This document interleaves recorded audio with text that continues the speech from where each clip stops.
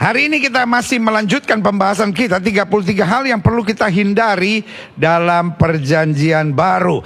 Kita sekarang sudah masuk bagian ke-12, saudara-saudara. Dan di dalam bagian ke-12 kita sedang membahas, janganlah sikap kita mempermalukan diri kita sendiri.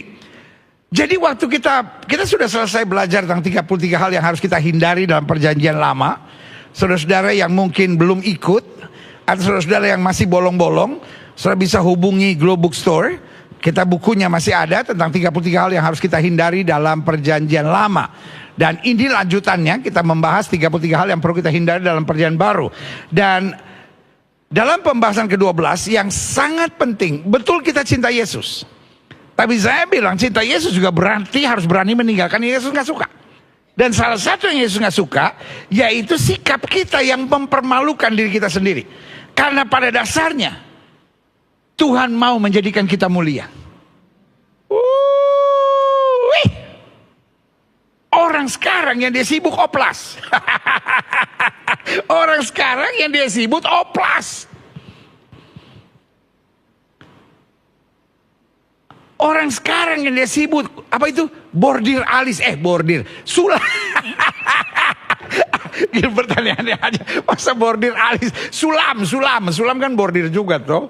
Salahnya nggak terlalu parah lah, cuma istilah aja. Orang sekarang dia sibuk apa tuh pakai benang lah, inilah. Karena orang sekarang dia sibuk penampilan. Tapi Tuhan mau menjadikan kita mulia. Yes. Angkat tangan kanan saudara, bilang Tuhan mau menjadikan saya mulia. Mulia bukan sekedar soal penampilan. Tapi mulia adalah soal kehidupan. Soal kualitasnya, integritasnya. Itu yang Tuhan mau kerjakan dalam hidup kita. Karena dalam Alkitab jadi dikatakan, sebab engkau ini berharga dan mulia di mataku.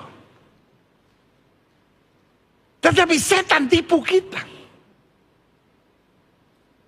Sampai tanpa kita sadari.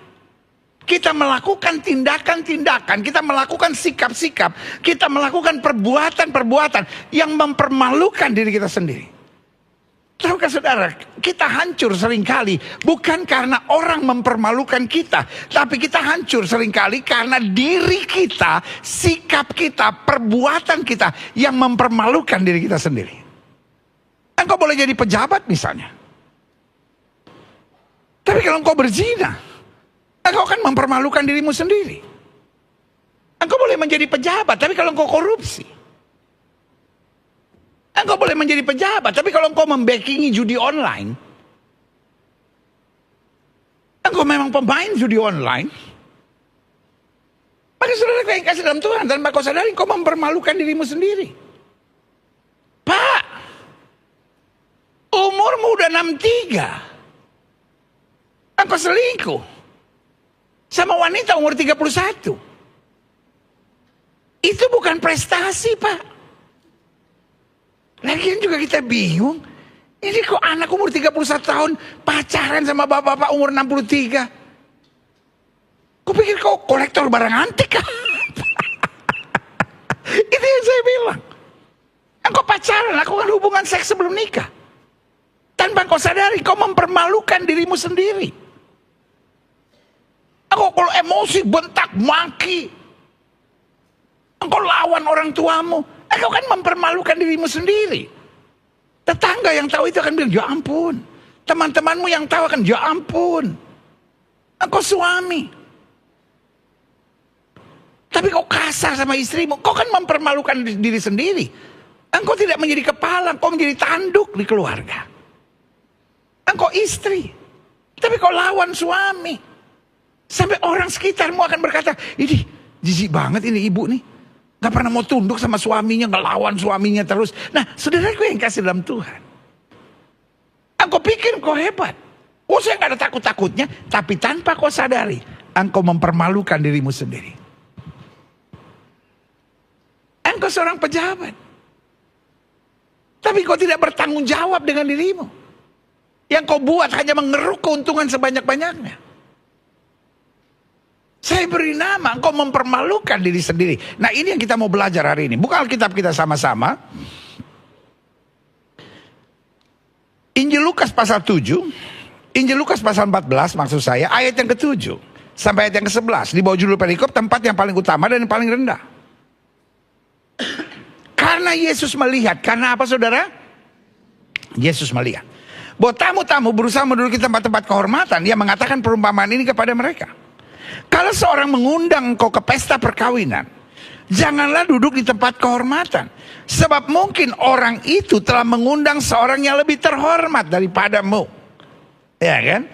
Ayat 9. Nah ini kalau bahasa kita sekarang, jangan sok seleb gitu. Jangan sok seleb ya saudara-saudara. Supaya orang itu yang mengundang engkau dan dia jangan datang kepadamu dan berkata kepadamu, berilah tempat ini kepada orang itu. Lalu engkau dengan malu harus pergi duduk di tempat yang paling rendah. Jadi persoalannya, Yesus sedang mengkritik sikap orang yang karena ambisinya, karena egonya, karena asumsi-asumsi yang ada di pikirannya, dia melakukan tindakan-tindakan yang bodoh yang berpotensi mempermalukan dirinya sendiri. Kalau dia duduk di belakang, dia tidak dipermalukan. Tapi kalau dia mau coba duduk di depan, sok seleb gitu, tiba-tiba disuruh ke belakang, itu malu banget saudara. Lihat selanjutnya. Tapi apabila engkau diundang, pergilah duduk di tempat yang paling rendah. Belajar jadi orang yang rendah hati. Belajar jadi orang yang mengalah. Mungkin tuan rumah akan datang dan berkata kepadamu, sahabat, silakan duduk di depan. Dan dengan demikian kau akan menerima hormat di depan mata semua tamu yang lain. Itu yang Tuhan rencanakan. Tuhan mau kita dimuliakan. Tuhan mau kita dihormati. Tapi itu bukan berarti kita harus cari kemuliaan dan kehormatan buat diri kita sendiri. Karena kita bilang kita merendahkan diri supaya kita ditinggikan Tuhan. Tapi bukan berarti waktu kita merendahkan diri, kita harapkan ditinggikan Tuhan. Tapi kita merendahkan diri karena kita sadar kita hanya hamba. Kalaupun Tuhan gak berkati, gak angkat kita, memang kita layaknya berdemikian. Tapi kalau kita diangkat, itu anugerahnya. Wow, haleluya, sama-sama bilang anugerahnya. Yes, sama-sama bilang anugerahnya. Tetapi bilang kau diundang, pergi dulu di tempat yang paling rendah. Mungkin tuan rumah akan datang dan berkata kepadamu, sahabat, silakan duduk di depan. Dan dengan demikian kau akan menerima hormat di depan mata semua tamu yang lain. Sebab, ayat ini sangat tegas. Barang siapa meninggikan diri, ia akan direndahkan. Dengan lain kata, kita berkata kalau sikap kita, perbuatan kita, kelakuan kita meninggikan diri sendiri, ujung-ujungnya kita akan dipermalukan, kita akan direndahkan. Dan barang siapa merendahkan diri, ia akan ditinggikan. Klik. Saya simpulkan begini. Rancangan Tuhan bagi kita sangat jelas. Yaitu agar kita tidak mendapat malu.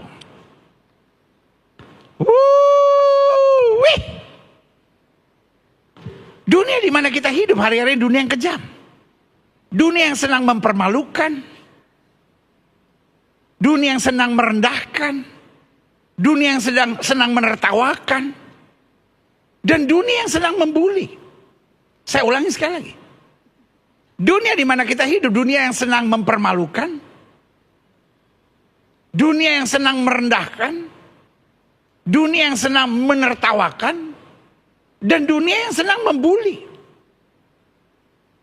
Jadi kalau hari ini saudara sedang dipermalukan, saudara sedang ditertawakan, saudara sedang direndahkan, saudara sedang dibully, hari ini saya mau bilang itu bukan rencana Tuhan.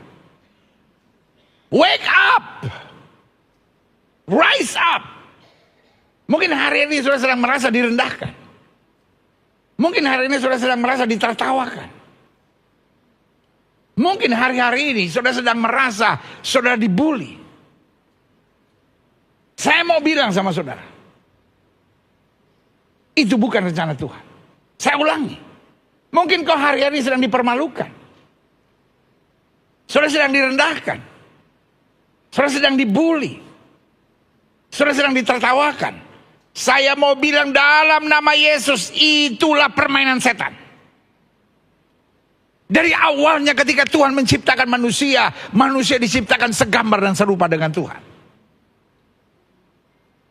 Dengan tegas Alkitab berkata, engkau ini berharga dan mulia. Artinya Tuhan mau kita sadar bahwa kita berharga. Karena orang-orang yang menyadari dirinya berharga akan suka menolong orang. Orang-orang yang menyadari dirinya berharga akan penuh dengan syukur. Orang-orang yang menyadari dirinya berharga tidak akan terombang-ambing oleh segala isu dan kalimat-kalimat yang gak penting dalam hidupnya.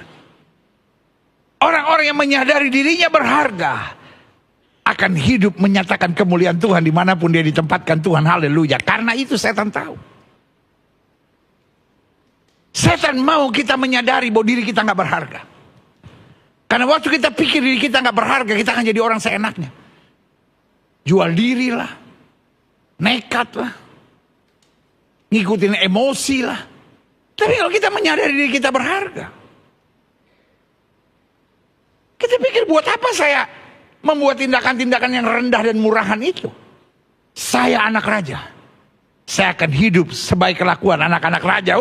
Haleluya. Jadi saya ulangi sekali lagi, rancangan Tuhan buat kita sangatlah jelas. Agar kita tidak mendapat malu. Dunia ini dunia yang mempermalukan. Dunia ini dunia yang merendahkan. Dunia ini dunia yang membuli. Dunia ini dunia yang menertawakan. Klik. Saya harap ini tertanam dari saudara. Lihat. Saya kasih buktinya. Saya bukan sekedar ngomong. Saya kasih buktinya. Yesaya 50 ayat 7. Tetapi Tuhan Allah menolong aku. Taruh tangan kanan saudara di dada. Sama-sama bilang Tuhan Allah menolong aku. Yes. Sama-sama bilang Tuhan Allah menolong aku. Sebab itu aku tidak mendapat noda.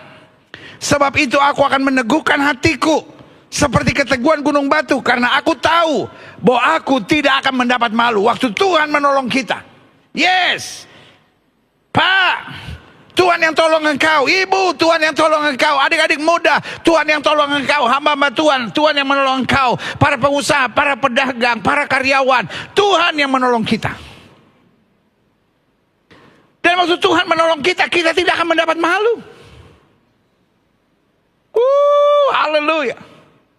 Betul ada yang menertawakan saudara, betul ada yang coba merendahkan saudara, tapi kita tidak akan mendapat malu. Karena orang yang menertawakan kita akan melihat kemuliaan Tuhan atas kita. Haleluya. Yes. Bukankah waktu Daud berdiri di hadapan Goliat, orang menertawakan dia? Ya, siapa dia? Goliat sampai bilang, anjing ke aku sampai kau datangi aku dengan batu seperti itu. Tapi saudaraku yang kasih dalam Tuhan, Daud tidak mendapat malu. Bukankah waktu Yusuf dibuang ke penjara, semua orang menertawakan dia? Nggak nyangka ya orangnya kelihatan baik, nggak taunya memperkosa. Bukankah waktu Daniel dibuang ke gua singa, semua orang menertawakan dia? Bisa bikin apa Daniel itu?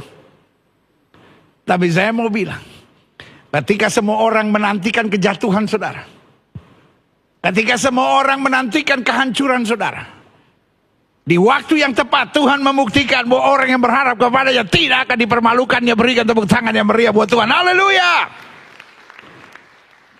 Tetapi Tuhan Allah menolong aku. Dan bagian terakhirnya bilang bahwa aku tidak akan mendapat malu. Yang setuju sama saya angkat tangan kanan saudara, bilang saya tidak akan mendapat malu. Kurang keras. Kayak gak yakin gitu. Sama-sama bilang aku tidak akan mendapat malu. Aku tidak akan mendapat malu. Aku tidak akan mendapat malu. Berikan tepuk tangan yang meriah buat Tuhan. Saudara di rumah ketik di live chat saudara, aku tidak akan mendapat malu. Klik. Mengapa rancangan Tuhan bagi kita agar kita tidak mendapat malu? Why? Yang pertama saya pelajari, karena kita ini berharga dan mulia. Dari awalnya Tuhan menciptakan kita segambar dan serupa dengan Tuhan. Makanya rancangan Tuhan supaya manusia ada di Taman Eden. Tapi iblis menggoda supaya manusia jatuh. Sehingga yang berharga mulia telah digantikan dengan rasa malu dan ketelanjangan. Orang kalau ada dosa, ada kesalahan, ada kejahatan, itu yang dia buat akhirnya. Rasa malu dan ketelanjangan. Makanya Alkitab bilang semua manusia telah berdosa dan hilang kemuliaan Allah. Maka Yesus bilang sama Nikodemus, kamu harus dilahirkan kembali. Waktu kita dilahirkan kembali, yang hidup dalam hidup kita adalah kemuliaan Tuhan. Bukankah waktu orang mereka-rekakan yang jahat dan kita tetap mereka-rekakan kebaikan, bukankah itu artinya kemuliaan? Ketika orang tampar pipi kiri dan kita berikan pipi kanan, kita tidak membalas yang jahat dengan yang jahat, bukankah itu ciri kemuliaan? Ketika kita hidup tanpa kebencian, ketika kita hidup tanpa kedendaman, kita hidup tanpa kepahitan, bukankah itu tanda kemuliaan? Bukankah kita tetap bersyukur dalam segala perkara, itu tanda kemuliaan, karena kita tahu Tuhan yang pegang kehidupan kita. Haleluya. Coba lihat ayat ini. Yesaya 43 ayat 4 bilang, oleh karena kau berharga di mataku dan mulia, orang boleh bilang kau miskin, orang boleh bilang kau rendah, orang boleh bilang kau bodoh, orang boleh bilang kau bukan siapa-siapa, tapi Yesus bilang kau berharga dan mulia. Saya mau tanya, mau percaya omongan orang atau percaya Yesus? Saya memilih untuk mempercayai perkataan Yesus. Hidupku hanya ditentukan oleh perkataanmu. Amin. Dan perkataan Tuhan buat kita. Hidupmu berharga di mataku dan mulia. Kita baca secara profetik, taruh tangan kanan saudara di dada. Kata Yesus, saya berharga di mata Yesus dan mulia. Kata Yesus, saya berharga di mata Yesus dan mulia. Haleluya. Dan aku ini, kata Yesus, apa? Mengasihi engkau. Siapapun menjahati kita, siapapun mencurangi kita, jadi gak penting. Karena Yesus bilang, aku mengasihi engkau. Kalau Yesus mengasihi kita, maka penyakit kita disembuhkan, beban kita diangkat, rumah tangga kita dipulihkan, masa muda kita penuh mujizat Tuhan. Haleluya. Maka aku akan memberikan manusia sebagai gantimu, dan bangsa-bangsa sebagai ganti nyawamu. Artinya yang gak pernah kita pikirkan, itu yang Tuhan sediakan. Haleluya. Klik. Mengapa rancangan Tuhan bagi kita? Agar kita tidak mendapat malu. Apakah itu hanya boastingnya para pendeta? Itu hanya bahan khotbah supaya memberi semangat? No. Makanya saya sengaja kasih bukti-bukti firman Tuhan. Yang pertama, karena kita berharga dan mulia dari awalnya. Kita diciptakan untuk berharga dan mulia. Yang kedua, karena Tuhan memiliki rancangan yang indah. Coba lihat ayat ini. Yeremia 29 ayat 11. Sebab aku ini mengetahui rancangan-rancangan apa yang padaku mengenai kamu. Orang boleh jahatin kamu, orang boleh jatuhin kamu, orang boleh curangi kamu, orang boleh tertawakan kamu, orang boleh khianati kamu. Tapi aku mengetahui rancangan apa yang ada padaku mengenai kamu. Rancangan damai sejahtera dan bukan kecelakaan. Dan memberikan kepadamu hari depan yang penuh harapan. Artinya waktu kita menghadapi masalah, menghadapi persoalan, ada rancangan Tuhan supaya kita tetap damai. Kenapa kita damai? Karena kita tahu di balik segala sesuatu yang harus saya hadapi, ada kemenangan dan kedahsyatan serta kemuliaan Tuhan yang luar biasa. Haleluya. Jadi ingat ya, yang pertama, kenapa Tuhan gak mau kita hidup dalam rasa malu? Karena kita ini berharga dan mulia. Lalu yang kedua, karena Tuhan memiliki rancangan yang indah buat kita. Bukan apa yang kita hadapi sekarang, tapi di tengah apa yang kita hadapi sekarang, kita damai aja. Kita ikut suara Tuhan aja. Tapi ke depannya ada rancangan yang indah. Yang ketiga, mengapa rancangan Tuhan buat kita agar kita tidak malu? Karena Tuhan persiapkan hidup yang terpuji, ternama, terhormat. 3T. Terpuji, ternama, dan terhormat. Sama-sama bilang terpuji, ternama, dan terhormat. Apa dasarnya? Klik. Ulangan 26 ayat 19. Dan ia pun akan mengangkat engkau dari segala bangsa yang telah dijadikannya, untuk menjadi terpuji, ternama, dan terhormat. Maka kau akan menjadi umat yang kudus bagi Tuhan Allahmu, seperti yang dijanjikannya. Bukankah bangsa Israel bangsa yang ditertawakan oleh banyak orang karena diperbudak di Mesir? Lalu selama 40 tahun beredar-edar gak jelas, saudara. Dan sampai hari ini hal yang sama terjadi. Sebegitu banyak bangsa mau menghancurkan Israel, tapi lepas daripada apapun, kita terus berdoa untuk damai sejahtera. Kalau sudah tanya pendeta, sebetulnya doa orang Kristen apa? Doa orang Kristen yang umum adalah mendoakan solusi 2 negara damai, supaya Israel dapat hidup dengan damai, dan dapat beribadah kepada Allahnya. Karena negara Yahudi cuma satu dan kecil. Dan yang kedua, supaya Palestina juga dapat duduk diam dengan tenang. Tidak saling membunuh, tidak saling menghancurkan. Dan saya percaya, kalau setiap umat di muka bumi tidak saling dukung-mendukung, tidak saling kutuk-mengutuk, tapi semua kita bersatu mendoakan. Ini kan persoalan mereka yang sudah bertahun-tahun. Dari zaman Raja Daud. Makin kita mendukung dan makin kita mengutuk. Saya tidak bicara secara politik, tapi saya bicara secara iman. Iman mana yang mengizinkan kita mendukung peperangan dan mengutuk orang yang sedang berperang? Yang kita kutuk bukan orang, yang kita kutuk peperangannya. Kalau semua umat beragama bersepakat berdoa untuk solusi dua negara damai, tanpa saling dukung-mendukung, tanpa saling kutuk-mengutuk, saya percaya tangan Tuhan akan turun.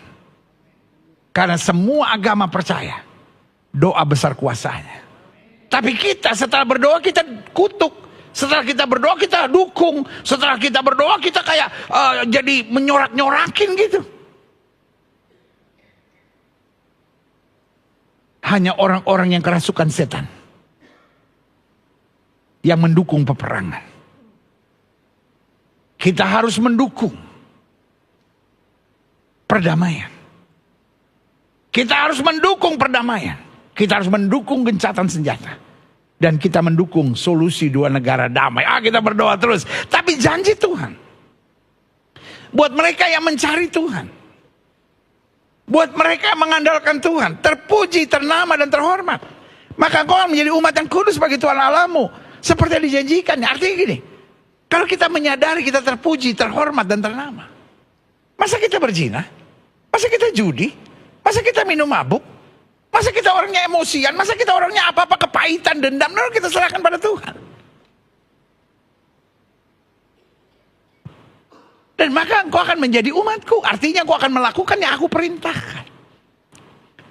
Tapi kalau kita apa-apa emosi, apa-apa dendam, apa-apa kepahitan, apa-apa kecewa, apa-apa tertekan, apa-apa khawatir, nah kita akan buat tindakan-tindakan yang didorong oleh hawa nafsu daging kita. Taruh tangan kanan saudara di dada. Sama-sama bilang terpuji, terhormat, dan ternama. Amin. Kata Alkitab supaya engkau menjadi apa? Terpuji, ternama, dan terhormat. Klik. Yang keempat, kenapa rancangan Tuhan buat kita agar kita tidak mendapat malu? Karena Tuhan rindu menyatakan kemuliaannya melalui kita. Haleluya. Tuhan bukan hanya mau berkati kita, tapi Tuhan mau lewat kita kemuliaannya dinyatakan. Coba lihat ayat ini. Sengaja semua saya kasih ayat-ayatnya supaya saudara jelas gitu. Kolose 3 ayat 4. Kolose 3 ayat 4. Apabila Kristus yang adalah our life, hidup kita, menyatakan diri kelak, kamu akan menyatakan diri bersama dengan dia dalam kemuliaannya. Tuhan mau memakai kita untuk menyatakan kemuliaannya. Makanya Alkitab bilang, supaya orang melihat perbuatanmu yang baik dan memuliakan Bapamu yang di sorga. Makanya Yesus bilang apa? Aku adalah terang dunia. Tapi kemudian Yesus bilang, kamu adalah terang dunia. Makanya dalam Alkitab dikatakan apa? Supaya kamu menjadi yang sulung. Kita nggak bisa bilang, oh jangan lihat saya, lihat Kristus. Kristus gak kelihatan. Yang kelihatan anak-anaknya. Waktu hidup kita memancarkan kemuliaan Tuhan, memancarkan damai, kasih, sukacita, penguasaan diri, maka di situ kemuliaan Tuhan nyata lewat hidup kita. Haleluya. Lanjut. Klik. Nah, saya coba catat, bicara rasa malu, ada dua jenis rasa malu. Yang pertama, rasa malu positif. Nah, saya catat setiap orang percaya harus memiliki. Kalau saya orang Kristen, saya pakai baju terbuka kiri kanan, paha kelihatan, dada kelihatan, kelek kelihatan. Minimal kita punya rasa malu. Kalau saya orang Kristen tapi nggak pernah ke gereja, saya anak Tuhan yang mendapat berkat dari Tuhan, nggak pernah kembalikan perpuluhan milik Allah, minimal saya punya rasa malu. Kalau saya dipercayakan anak tapi saya nggak pernah didik anak dengan baik, saya kasar, saya bentak, saya maki, saya pelit sama anak-anak saya, maka minimal saya punya rasa malu. Kalau saya orang Kristen tersinggung sedikit, saya maki orang, saya marah sama orang, minimal kita punya rasa malu. Kita orang Kristen, anak Tuhan. Bayar gaji pembantu nggak betul, kita potong-potong kiri kanan lagi. Terus kita suruh kerja dia dari jam 5 pagi sampai jam 2 pagi kalau perlu. Kita nggak pernah ngomong manis, kita ngomong kasar. Makanan kita kasih juga sisa-sisanya doang. Aduh, saudara gue yang kasih dalam Tuhan, minimal kita punya rasa malu. Kalau kita orang Kristen lalu mencuri, kita orang Kristen lalu korupsi, minimal kita punya rasa malu. Kita janda nggak salah loh. Ada banyak janda yang baik yang diceraikan oleh suaminya. Padahal dia nggak mau bercerai. Tapi kalau kita jadi janda, akhirnya tidur sama laki-laki lain. Tahu udah second ini Aisyah. Kita bikin diri rasa malu. Kita minimal punya rasa malu. Saya udah punya istri. Masa saya masih nge-like Instagram perempuan-perempuan. Facebook perempuan yang gak saya kenal lagi. Minimal kita punya rasa malu. Saya anak Tuhan, saya pacaran, lakukan hubungan seks sebelum nikah. Minimal saya punya rasa malu. Saya anak Tuhan tapi gak pernah berdoa, gak pernah baca Alkitab. Saya anak Tuhan, apa-apa khawatir, apa-apa panik, apa-apa bingung. Minimal saya punya rasa malu. Saya kok anak Tuhan. Tapi mengandalkan saudara yang kaya, malu. Tuhan kita hidup. Bagi dia tidak perkara yang mustahil, haleluya. Jadi rasa malu yang pertama, rasa malu yang positif. Karena saya berharga. Karena saya anak Tuhan Yesus. Karena saya sudah ditebus saudara Yesus. Saya nggak boleh hidup ini ke kiri maupun ini ke kanan. Saya malu. Sorry ya. Ada banyak anak Tuhan nggak punya rasa malu. Pak, lepas dari iman dulu Pak. Bu, lepas dari iman. Adik-adik muda lepas dari iman. Minimal kita punya rasa malu. Kalau saya anak Tuhan, saya cerewet banget gitu. Saya anak Tuhan, saya curiga sama semua orang. Saya anak Tuhan, tapi saya kasar gitu. Saya anak Tuhan, tapi saya nggak bisa bawa damai. Saya punya roh provokasi. Minimal saya punya rasa malu. Ini rasa malu positif yang harus dimiliki oleh setiap kita. Tapi yang kedua, ada rasa malu yang saya beri nama rasa malu negatif. Nah, setiap orang percaya telah menerima janji Tuhan bahwa kita tidak akan dipermalukan. Sama-sama bilang saya tidak akan dipermalukan. Nah, rasa malu positif harus kita miliki. Rasa malu yang negatif ini yang harus kita buang. Klik. Nah, saya coba jelaskan. Rasa malu ini yang saya bilang harus kita buang bisa terjadi dalam 3 hal. 1, saya punya rasa malu di dalam diri kita karena citra diri rendah dan karena overthinking. Nah, ada orang yang punya rasa malu karena persoalan dengan dirinya. Jadi selalu, malu mau ketemu orang malu mau ngomong sama orang malu gitu. Karena dia punya overthinking. Jangan-jangan orang ngomong ini tentang saya, jangan-jangan orang ngomong tentang ini. Saudara gue yang kasih dalam Tuhan, kayaknya harus beres deh. Sadari bahwa hidup kita sudah ditebus oleh Yesus. Saya memang tidak sehebat orang lain, tapi saya berharga di hadapan Tuhan. Saya mungkin berbeda, saya tidak seganteng orang, saya tidak secantik orang, saya tidak seluar biasa orang lain, tapi tetap I am a limited edition. Yeah. I am a limited edition product from heaven. Saya ini limited edition buatan sorga. Ayo sama-sama bilang, saya ini limited edition buatan sorga. Yes. Yang kedua, apa rasa malu yang kedua? Karena ada sekelompok orang yang memang coba mempermalukan, menghina dan merendahkan. Kalau kita punya harga diri yang cukup kuat, iblis akan coba mempermalukan, menertawakan. Kan Daniel nggak punya salah, tapi dicari-cari kesalahan, nggak dijumpai. Kecuali dalam hal ibadat, coba lagi dipermalukan. Sampai mereka berhasil menghasut raja, membuang Daniel ke gua singa. Dan saya mau beritahu, setan yang sama masih bergerak sampai hari ini. Bilang sama sebelah saudara, setan belum mati bos. Setan belum mati bos, setan yang sama masih bergerak bos. Ada aja yang dia mau mempermainkan, ya, tujuannya mempermalukan hidup saudara. Tapi sekali lagi saya mau bilang seperti saudara, selama hidupmu lurus, jangan mau diintimidasi oleh siapapun. Kan Yusuf coba dipermalukan ya, oleh istrinya Potifar. Pria Ibrani yang kamu bawa ini hendak memperkosa aku. Mau dipermalukan habis. Tapi dia tenang. Manusia boleh mereka-rekakan yang jahat. Allah mereka-rekakan untuk kebaikan. Amin. Selama jalan kita benar, tetap yakin Tuhan yang bela. Dan tadi saya bilang, hidupku hanya ditentukan oleh perkataanmu. Yakin aja. Tuhan bilang, aku menyertai engkau. Melewati lembah kekelaman, aku tidak takut bahaya. Gadanya dan tongkatnya menjadi penghiburan buat aku. Bukankah bukankah Daud coba dipermalukan? Anjing ke aku. Sampai kau datangi aku dengan batu seperti itu. Semua orang mendatangkan, iya kalau dia hebat ngapain dengan batu. Tapi dia yakin.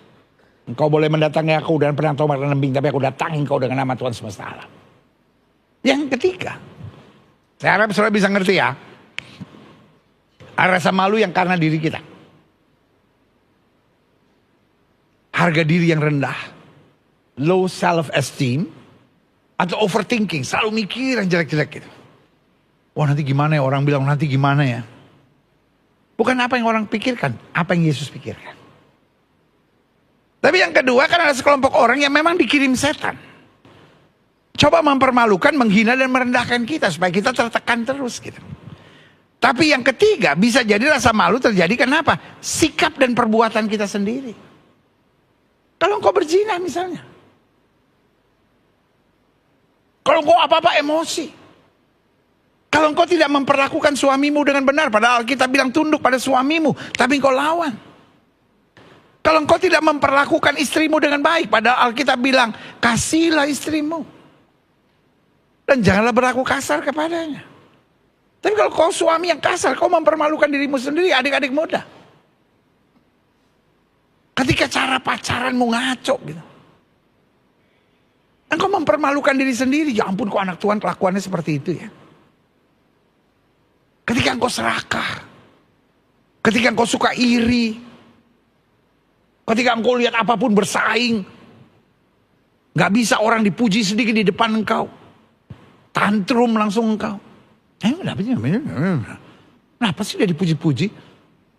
Itu perempuan kan perempuan genit. Kenapa sih dia dipuji-puji? Kalau menurut gue, pakai dukun kali dia. Sebagai hamba Allah saya mau ingat ya. Kalau engkau menyebut diri Kristen tapi pergi ke dukun, masih percaya Hong Sui lah, Feng Shui lah. Lalu ini kan cuma pengetahuan. Masih percaya apa kata bintang lah. Saya beri nama itu kan mempermalukan diri sendiri. Masih ada anak Tuhan yang percaya ramalan nasib. Ya ini kan cuma ya sekedar motivasi hidup. No. Jangan mengabdi kepada dua Tuhan. Pilih kepada siapa engkau mau beribadah. Lanjut. Kemudian saya simpulkan, kita bisa menghindari rasa malu karena sikap dan perbuatan kita. Bagaimana kita menghindarinya? Yang pertama, saya pelajari dengan sikap rendah hati dan tidak suka menonjolkan diri. Orang yang sombong pasti dipermalukan Tuhan. Halo? Udah ngantuk? Saudara pikirin doa semalam suntuk apa? Udah ngantuk saudara-saudara? Jadi saya ulangi sekali lagi. Kita bisa menghindari rasa malu karena sikap dan perbuatan kita. Satu, dengan sikap rendah hati. Dan tidak suka menonjolkan diri. Karena orang yang rendah hati akan ditinggikan Tuhan. Beberapa minggu yang lalu saya pernah mengupas. Rendah hati itu berarti kalau salah berani minta maaf. Rendah hati itu kalau dinasehati, terima dengan senang hati. Rendah hati itu Kalau ada masalah jangan salahkan orang. Tapi gali pelajaran-pelajaran berharga, pesan-pesan Tuhan yang berarti buat hidup kita. Yes, haleluya. Yang kedua, bagaimana kita menghindari rasa malu? Yang kita buat dengan sikap perilaku kita, yaitu dengan belajar terus dan banyak bertanya. Kadang-kala sikap sok tahu kita. Karena ada pepatah yang bilang, lain lubuk, lain ikannya. Jadi kadang-kala kita merasa yang begini normal. Jangan pernah bilang, saya memang orangnya begini. Paulus berkata, meskipun aku bebas kepada semua orang, aku menjadikan diriku hamba. Supaya sedapat mungkin aku bisa memenangkan banyak jiwa. Jadi kita perlu bertanya. Hal-hal yang kita belum ngerti, hal-hal yang kita belum biasa, kita perlu bertanya. Kita perlu belajar. Kita mungkin menurut kita ngomongnya biasa, tapi kayaknya di daerah itu orang gak biasa deh ngomong sekasar itu misalnya. Kita mau berubah. Kita mau berubah bukan karena kita mau jadi penjilat, kita mau berubah supaya nama Yesus dipermuliakan. Yang pertama, sama-sama bilang sama saya harus rendah hati. Yang kedua, sama-sama bilang sama saya harus banyak belajar dan banyak bertanya. Supaya kita jangan kelihatan songong gitu. Supaya kita jangan kelihatan tengil. Yang ketiga, kita bisa menghindari rasa malu karena sikap dan perbuatan kita. Yang pertama dengan sikap rendah hati dan tidak suka menonjolkan diri. Dua, dengan belajar terus dan banyak bertanya. Yang ketiga, dengan sikap yang lebih sabar dan mengendalikan diri. Pak, engkau yang lagi panas, engkau yang lagi kesel, engkau yang lagi dikecewakan orang, engkau yang lagi direndahkan orang, engkau yang lagi dikhianati orang, boleh gak saya ngomong dari dasar hati saya yang terdalam? Pak, sabar yuk. Bu, sabar. Adik-adik muda, saya tahu engkau marah. Saya tahu engkau kesel. Saya tahu engkau jengkel. Saya tahu engkau tuh pengen nangis gitu. Karena gak bisa tahan lagi. Boleh gak saya ngomong? Sabar. Sabar. Sabar. Tuhan tuh ada. Tuhan tuh ada. Ada waktunya engkau melewati beban yang berat ini. Tapi ketika engkau sabar, engkau lihat terang kemuliaan Tuhan dinyatakan. Wow, haleluya. Sama-sama bilang saya harus sabar. Ketika engkau sabar, engkau mengendalikan diri. Tidak ada orang yang bisa merendahkan engkau. Karena hanya orang-orang yang mengalami kemuliaan Tuhan yang akan mampu sabar dan bertahan dalam hidup ini. Haleluya. Dan yang keempat, yang terakhir, saya undang pemain musik maju ke depan. Kita bisa menghindari rasa malu karena sikap dan perbuatan kita. Satu, dengan sikap rendah hati dan tidak suka menonjolkan diri. Saya berdoa hari ini, Jemaat Gereja Bethel Indonesia Global Fellowship Center yang olehnya Tuhan percayakan untuk saya gembalakan, dia mau bersikap rendah hati dan tidak menonjolkan diri. Yang kedua, mau belajar terus dan banyak bertanya. Yang ketiga, mau lebih sabar dan mengendalikan diri. Dan yang keempat, dengan selalu menjaga etika dan adab sebagai anak Tuhan. Sama-sama bilang sama saya, etika dan adab. Waktu kita sekolah dulu, ada pelajaran budi pekerti. Waktu saya SD. Tapi kemudian setelah saya SMP, ada pelajaran PMP, Pendidikan Moral Pancasila. Ketika saya SMA, ada penataran P4 waktu itu. Pedoman, penghayatan, pengamalan Pancasila. Intinya yang diajarkan dua hal. Etika dan adab. Saya khawatir hari-hari ini etika dan adab mulai hilang. Dalam komunikasi suami istri, dalam hubungan orang tua dan anak, dalam hubungan rekan kerja. Sorry untuk bilang, banyak orang hari ini liar dan emosional. Tapi saya percaya, orang-orang yang berpegang pada firman Tuhan. Sama-sama bilang saya berpegang pada firman Tuhan. Sama-sama bilang saya berpegang pada firman Tuhan. Alkitab bilang apa? Kita akan tetap bersinar di tengah angkatan yang bengkok dan sesat hatinya.